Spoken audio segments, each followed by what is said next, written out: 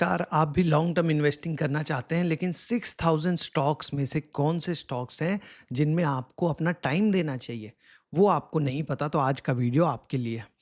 आपने भी देखा होगा कि हम जो लॉन्ग टर्म इन्वेस्टिंग के लिए सीखते हैं कि आरओई 15 से ज़्यादा होना चाहिए, सेल्स ग्रोथ 10% से ज़्यादा होना चाहिए, एटलीस्ट वो कंपनी में डेट कम से कम होना चाहिए, फ्री कैश फ्लो जनरेट कर रही होती है, ये सब कुछ हमें पता होता है।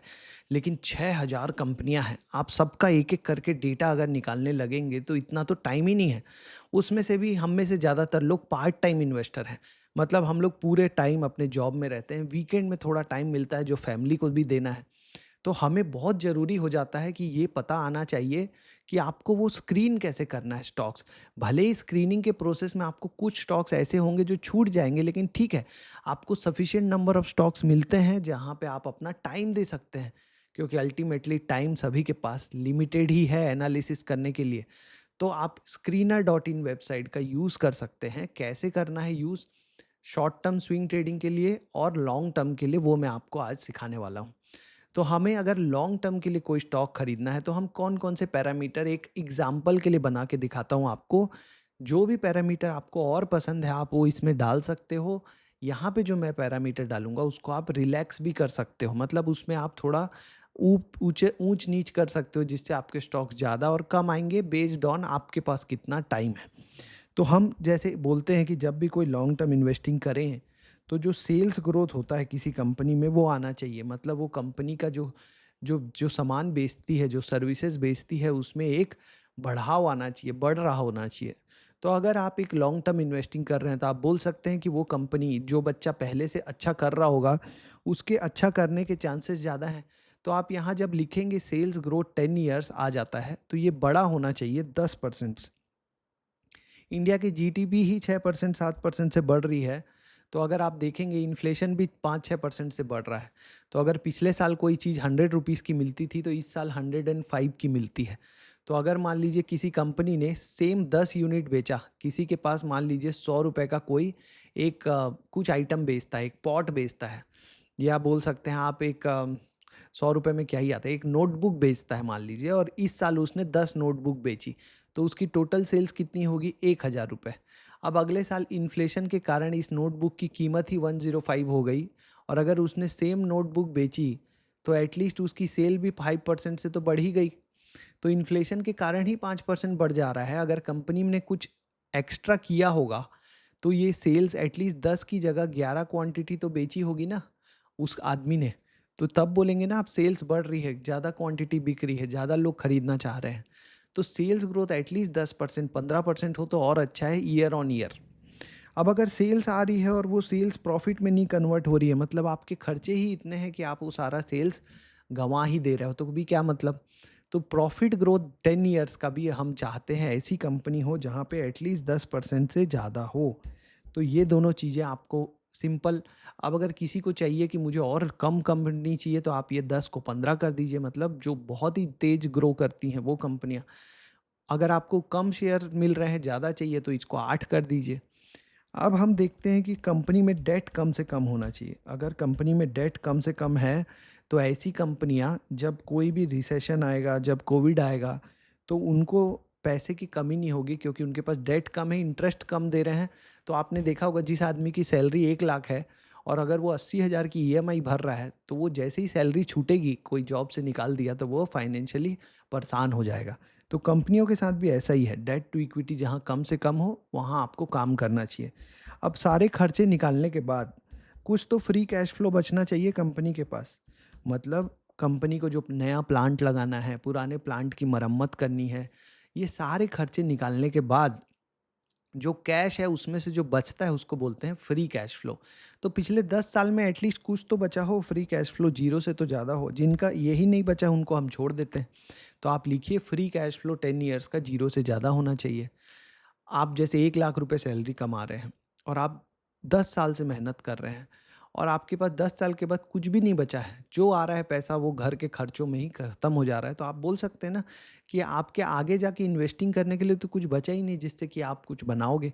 तो एटलीस्ट कुछ तो फ्री बच रहा हो ताकि टफ सिचुएशन में यही पैसा काम आता है। अब आप सोचिए और क्या लिख सकते हैं आप किसी कंपनी के बारे में कि प्रमोटर के पास एटलीस्ट 50% से तो ज़्यादा होल्डिंग हो। अगर मान लीजिए प्रमोटर के पास 20% होल्डिंग है, तो वो उस कंपनी के हितों के लिए काम नहीं करेगा, उसके बेनिफिट्स के लिए। क्यों?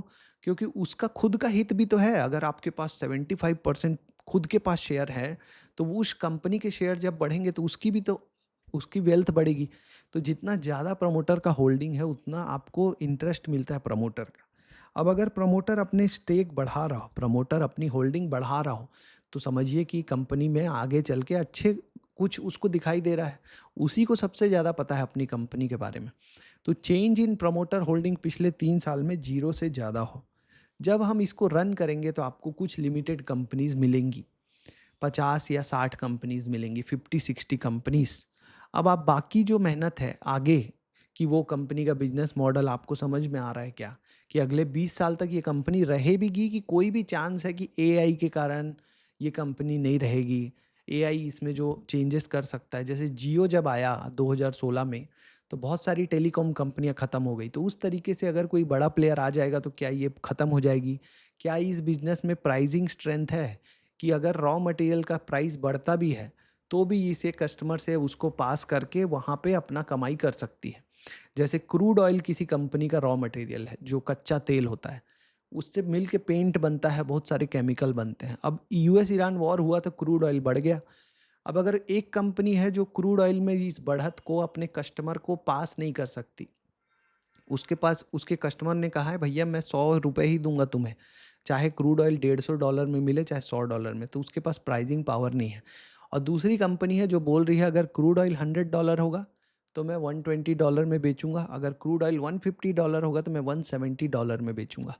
तो मतलब उसका $20 तो फिक्स है। ये आपको कैसे पता चलता है? जब आप कंपनी की एनुअल रिपोर्ट पढ़ते हो, कॉन कॉल पढ़ते हो, क्रेडिट रेटिंग रिपोर्ट पढ़ते हो। इतना पढ़ने के सुनते ही आधे लोग तो बंद हो जाते हैं कि नहीं करना है भैया। तो ये हो गया आपका एक तरीका, आपको लिखना है तो ये सिंपल आप लिख सकते हैं। अब अगर किसी को स्विंग ट्रेडिंग के लिए लेना है तो इसी में आप क्या चेंजेस कर सकते हो? आप ये ऐड कर सकते हो कि अभी का जो सेल्स ग्रोथ है, आप सिंपली लिखो सेल्स ग्रोथ। ये जो होता है ये टीटीएम सेल्स ग्रोथ होता है, पिछले 12 महीने का सेल्स ग्रोथ। ये अगर ज़्यादा आ रहा हो पिछले 3 साल से, और इसके साथ अगर प्रॉफिट में भी यही ट्रेंड दिखे कि अभी प्रॉफिट ग्रोथ सेल्स 3 साल से ज़्यादा आ रहा है, तो उन कंपनियों के चलने के ज़्यादा चांसेस होते हैं। तो जो भी आपका जो आपके जो पैरामीटर हैं, वो आप इनमें लगाइए कि कब करंट सेल्स और प्रॉफिट ग्रोथ पिछले 3 साल के ग्रोथ से ज़्यादा हो। संजू सैमसंग को टीम से निकाल दिया गया क्योंकि अभी उसका परफॉर्मेंस अच्छा नहीं था। तो वैसे ही मार्केट में जो लोग ट्रेड करते हैं, आपने खुद अपनी मानसिकता देखिए कि हमें चाहिए कि 1 हफ्ते, 1 महीने में कोई स्टॉक में पैसा बन जाए। तो जब स्टॉक का रिजल्ट आएगा, जब कंपनी का रिजल्ट आएगा और अगर उसके प्रॉफिट और सेल्स में अचानक से बहुत तेज़ी आई, तो मार्केट उसको ज़्यादा वैल्यू देने लगता है, ज़्यादा पी रेशियो देने लगता है। तो वो स्टॉक्स आपको ये दोनों पैरामीटर डाल के मिल जाएँगे। तो ये इस तरीके से आप इसमें आप भी अगर कोई नंबर जानते हो, जैसे आप प्रमोटर प्लेजिंग 0 हो तो अच्छा होता है, तो आप यहाँ लिखिए कि प्लेज्ड परसेंटेज 0। आपको पता है कि आरओई 15 से ज़्यादा हो तो अच्छा होता है, वो आप लिख सकते हैं। अगर आप इस तरीके से स्क्रीनर करेंगे तो आपको लिमिटेड स्टॉक्स आएँगे। तो जो नॉइज़ है, जो बहुत सारे स्टॉक्स की, वो आपसे दूर हो जाती है। तो आप इस तरीके से बनाइए, जो लिमिटेड स्टॉक आएँगे सभी अच्छे नहीं होंगे। उनमें से आपको ढूँढने में टाइम कम लगेगा, बस ये बताना है मुझे। तो आप ये स्क्रीनर यूज़ करना स्टार्ट कीजिए, फ्री आप लिखने की प्रैक्टिस कीजिए। आपको कोई लिंक नहीं चाहिए किसी से कि ये स्क्रीनर का लिंक दे दो सीधा। आपको ये सेम स्क्रीनर आपको बनाना आना चाहिए ताकि आप खुद से पैरामीटर चेंज कर सको, ठीक है? ऑल द बेस्ट, मिलेंगे नेक्स्ट वीडियो में।